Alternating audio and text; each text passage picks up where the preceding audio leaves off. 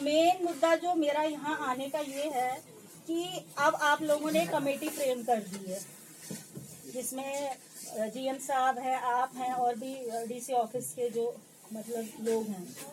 आज तक आप लोगों को कोई कमेटी याद नहीं थी। मतलब जो चल रहा था व्यापार आप लोगों का सिफारिशों पे चल रहा था या कौन से बेसिस पे चल रहा था। बट अब जब हम लोगों का थोड़ा हमने देखा कि अब इन लोगों की एंट्री है तो शायद क्या पता क्या होने वाला है। आप लोग भी फेडअप, जो कि आपने मुझे बोला था कि फेडअप हो गए, कभी किसी का कॉल आता है तो वो लगाओ, दूसरी पार्टी कहती।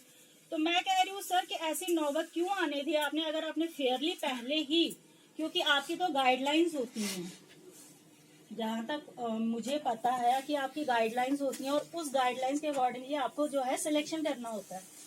बट यहाँ पे ऐसा कुछ भी नहीं हो रहा है। आप लोग कह रहे हैं कमेटी फ्रेम है, 15 को आपकी कमेटी फ्रेम हुई है और उसके बाद भी रिक्रूटमेंट्स हो रही है विदाउट किसी भी इंटरव्यूज के। हमारे लोगों को बोल रहे DCFS जाओ इंटरव्यू दो और यहाँ से आप लोग आराम से लगाए जा रहे हैं। मतलब कि एक जो कुक खाना बनाने वाला, क्या हमारे एरिया में खाना भी कोई नहीं बना सकता है, वो भी आपने बाहर से लाया है। सफाई भी कोई नहीं कर सकता है। मतलब आप बताइए ना कि क्या मतलब क्या रीजन क्या है इसके बिहाइंड। हाँ जी सर। जो ये कमेटी का कॉन्स्टिट्यूट ने किया, मैंने नहीं किया, हमने अंदर करवाया। डीसी साहब ने किया। ये डीसी साहब अभी मेरे ख्याल से 3 हफ्ते पहले आए। हाँ, वो मैंने सुना। तो उन्होंने, हमारा इसमें कोई रोल नहीं है, बल्कि उन्होंने देखा होगा कि भाई कुछ ठीक चल नहीं रहा है, जो भी होगा उनका अपना इसमें एक अंडरस्टैंडिंग होगी। तो कमेटी तो उन्होंने बनाया, हमारा कोई रोल नहीं है। और उन्होंने ये कहा कि भाई आप अपनी रिक्वायरमेंट दे दो, तो उसके हिसाब से वो जो भी आगे की कार्रवाई करनी है वो कर लेंगे। रिक्वायरमेंट तो हमने दी थी, मेरे ख्याल से करीब 3 हफ्ते हो गए, और उस पर उन्होंने फिर से क्लैरिफिकेशन मांगी है, उस पर भी हमने थोड़ा सा बढ़ाया है अभी। तो रिक्वायरमेंट तो मेरे ख्याल से आज तो हमें फिर से जाएगी उनके पास, फिर उन्हें परफॉर्मेंस चेंज किए, जो भी मतलब सरकारी कार्रवाई होती है। तो ये तो चल रहा, मतलब मेरा कहने का मतलब है कि कमेटी बनाने में हमारा कोई रोल नहीं है, और पहले हम जो करते थे उस हिसाब से करते थे। और जब से ये कमेटी बनी हमने एक भी आदमी नहीं रखा, एक भी नहीं। ये भी मेरे ख्याल से आपके पास गलत इन्फॉर्मेशन है, एब्सोल्युटली नन।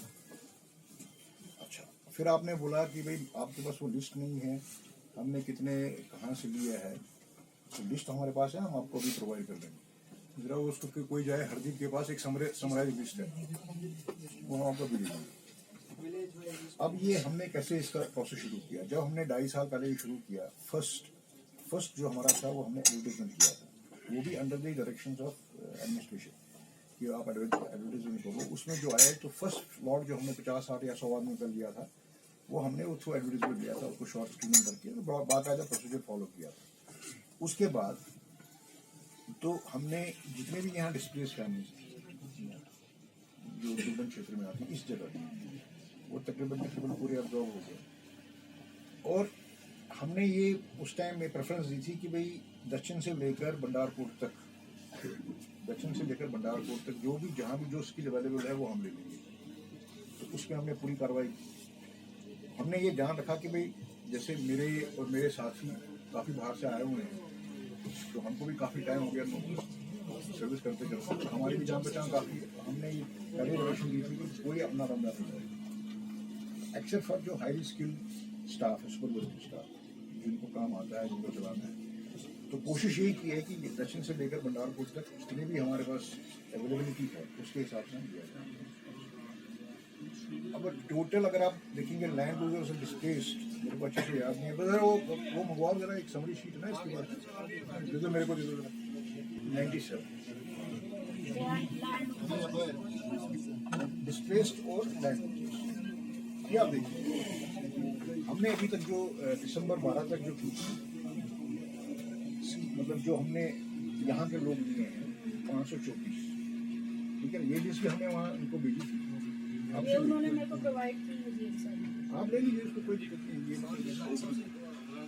तहसील दक्षिण मरवा से, इसमें कौन कौन से गांव आते हैं? पंचदारा, सोंदर, दक्षिण, सिक्ची, मरवा, सोवरवती, डमरूरू, हिंजगरी और इखाला और कुरू।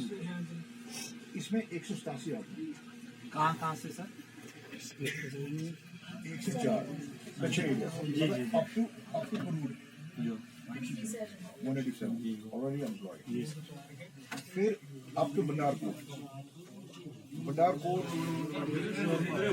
तुम्हारा और बंडारपुर में 100 आदमी, ठीक है जी।